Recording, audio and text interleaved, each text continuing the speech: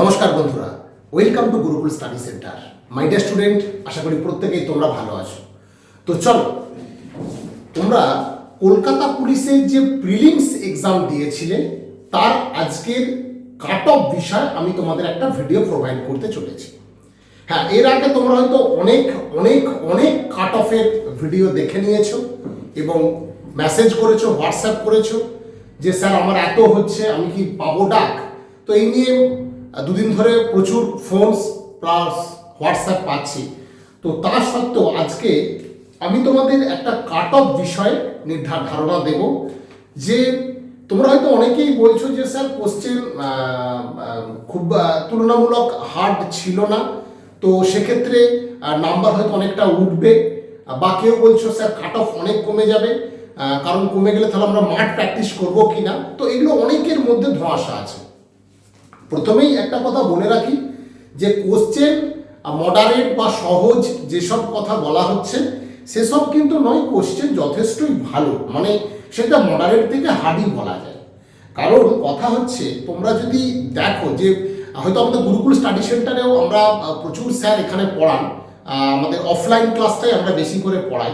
তো দেখা গেছে যেসব অনলাইনার কোশ্চেন আমরা প্রোভাইড করেছিলাম, হয়তো বিভিন্ন বই থেকে বিভিন্ন জায়গা থেকে প্রচুর স্টুডেন্টও দেখে অনলাইনার কোশ্চেন জিজ্ঞেস করতো, সেই দেখা যাবে অনলাইনার কোশ্চেন তুলনামূলক কিন্তু কম পড়েছে।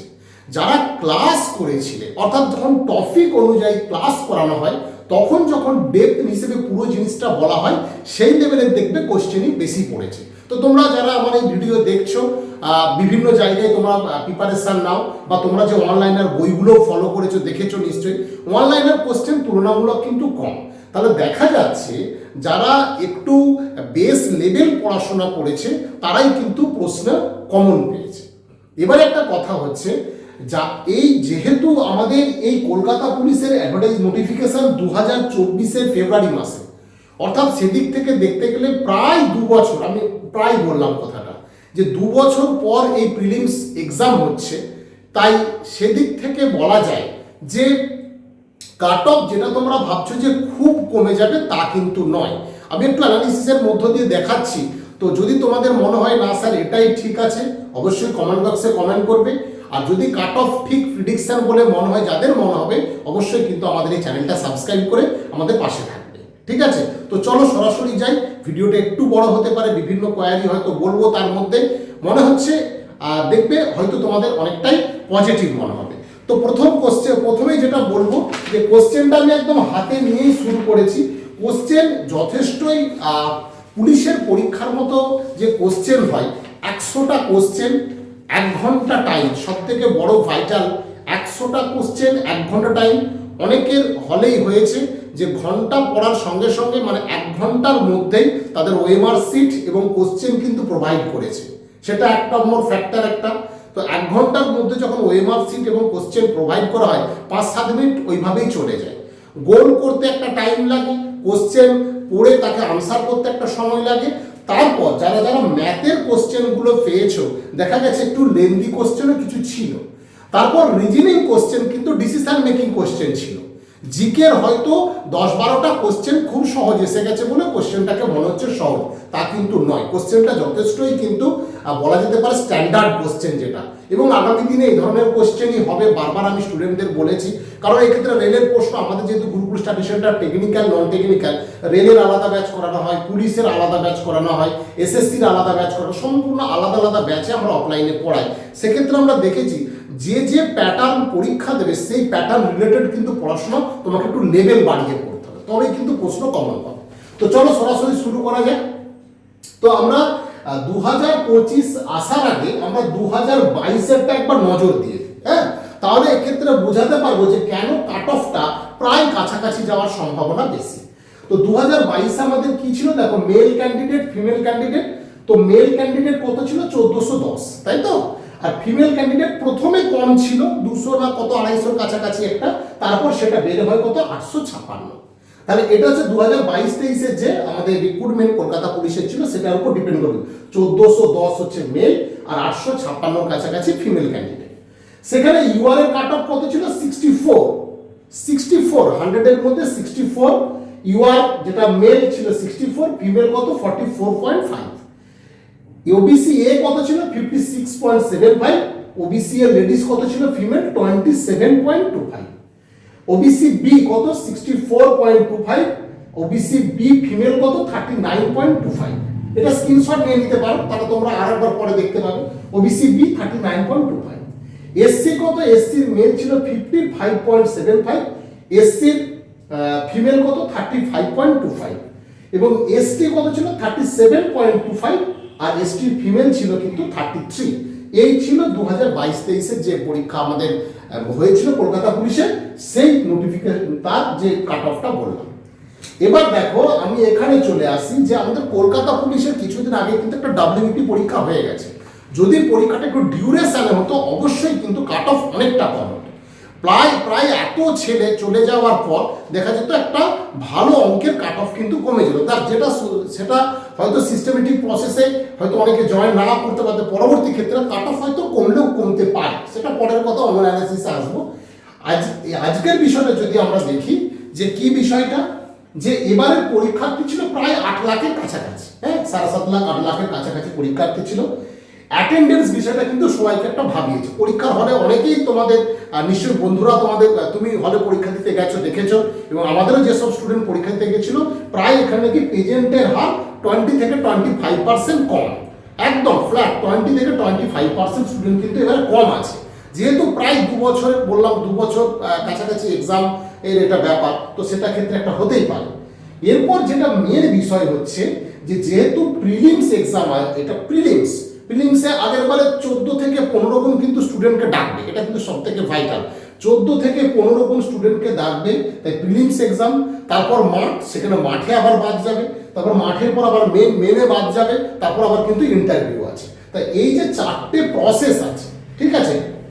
তো এখানে একটা বলবো, যাদের পরীক্ষা আমাদের এই যে কাট অফ দেওয়ার পর যদি মনে হয় এই নম্বর তোমার নেই, তাহলে কিন্তু পরবর্তী ক্ষেত্রে 2026-এও কিন্তু নিউ ভ্যাকেন্সি আসছে, সেটা কলকাতা পুলিশের এবং ডাব্লিউবিপির হয়তো দুটোই ভ্যাকেন্সি আসার সম্ভাবনা খুব প্রবল। তো সেখানেও আমরা ব্যাচ শুরু করে দিয়েছি অলরেডি। যারা একদম নতুন বেসিক ক্লাস থেকে তোমরা করো, এবং সাবজেক্ট ওয়াইজ ডেসক্রিপটিভ ধরে পড়তে হবে। শুধু অনলাইনার পড়ে উত্তর চলে গেলে হবে না, বা 50, 100, 150 শুধু ম্যাথ করে ফেললাম হয়ে গেল, এইভাবে হবে না। তোমাকে কোশ্চেন ধরে করতে হবে, ম্যাথ ভালো করে করতে হবে, প্র্যাকটিস করতে হবে। এনি অঙ্ক দেখেছো নিশ্চয়ই, যে তোমার এই যে সেই বাস্তব সংখ্যা, যে জিওমেট্রির যে দু একটা প্রসেস রিলেটেড যে অঙ্কগুলো দিয়েছিল, এগুলোও কিন্তু আমাদের করতে হবে, ঠিক আছে। তো চল এবার আমি ফিরে আসবো যে কাট অফটা, ঠিক আছে। দেখো আমরা যেটা এখানে ঠিক করেছি, স্যারেরা একটা কাট অফ তোমাদের নির্ধারিত করেছি, সেই নির্ধারিতর মধ্যে দেখো যে কাট অফটা আমরা কিভাবে অ্যানালিসিসটা করেছি।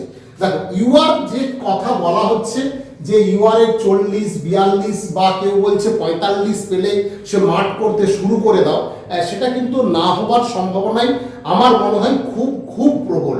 হ্যাঁ 45 বা 40 বা 38 পেলে ইউআর এ মাঠ করা শুরু করে দাও। হ্যাঁ মাঠ করো, তোমার ফিটনেস থাকবে, তুমি আগামী পরীক্ষার জন্য তৈরি হতে পারবে, এই নিয়ে কোনো বিকল্প নেই।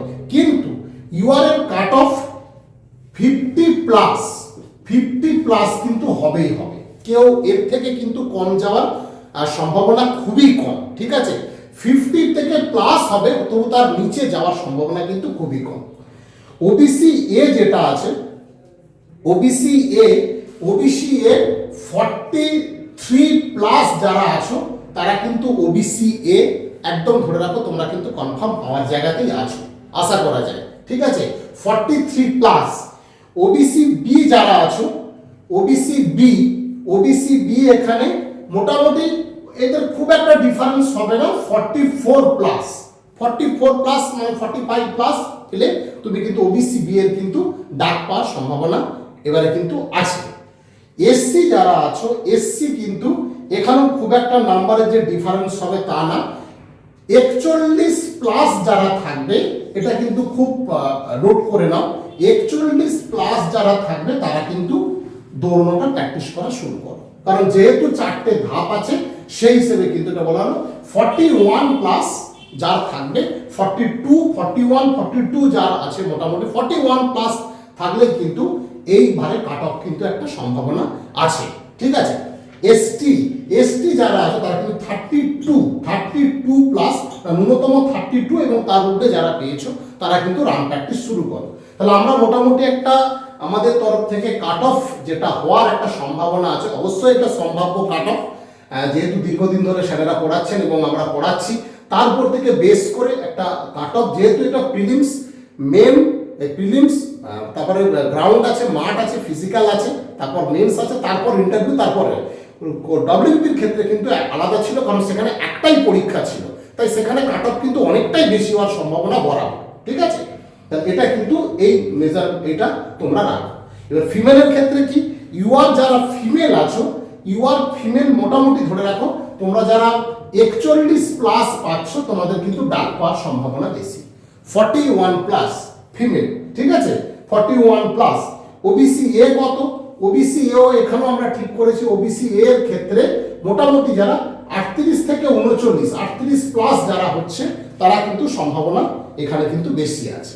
ঠিক আছে, ওবিসি বি কত, ওবিসি বিও আমরা দেখেছি সেটা ওই কত এখানে করেছি 40+, এখানে ডিফারেন্সটা খুব একটা বেশি হবে না। ঠিক আছে, ওবিসি বি যেটা আছে 40 যারা মোটামুটি আছো তারাও কিন্তু ওখানে ডাক পাওয়ার সম্ভাবনা প্রবল।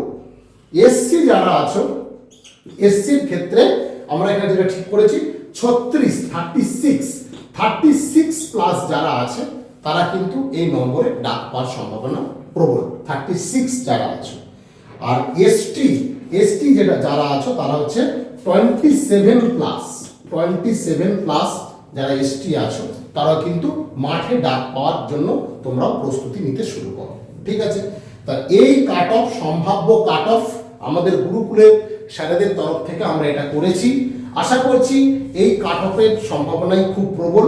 যদি মনে হয় এই কাট অফ আমরা ঠিকঠাক প্রেডিকশন করেছি, তোমরা যারা ভিডিও দেখছো আর তোমরা অবশ্যই কমেন্ট বক্সে বলতে পারো কোনো যদি বলার থাকে।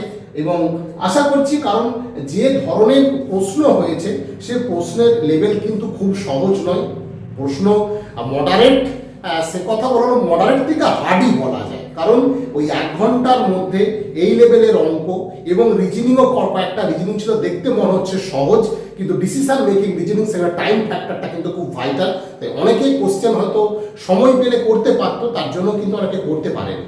তার ফলে মনে হয়েছে যে এই যে কাট অফ, এই কাট অফটা তোমাদের কিন্তু এবারে হওয়ার সম্ভাবনা খুব প্রবল। তাই বন্ধুরা অবশ্যই তোমরা সেটা দেখে প্রিপারেশনটা শুরু করো এবং তোমরা মাঠটাও সেভাবে রাখো।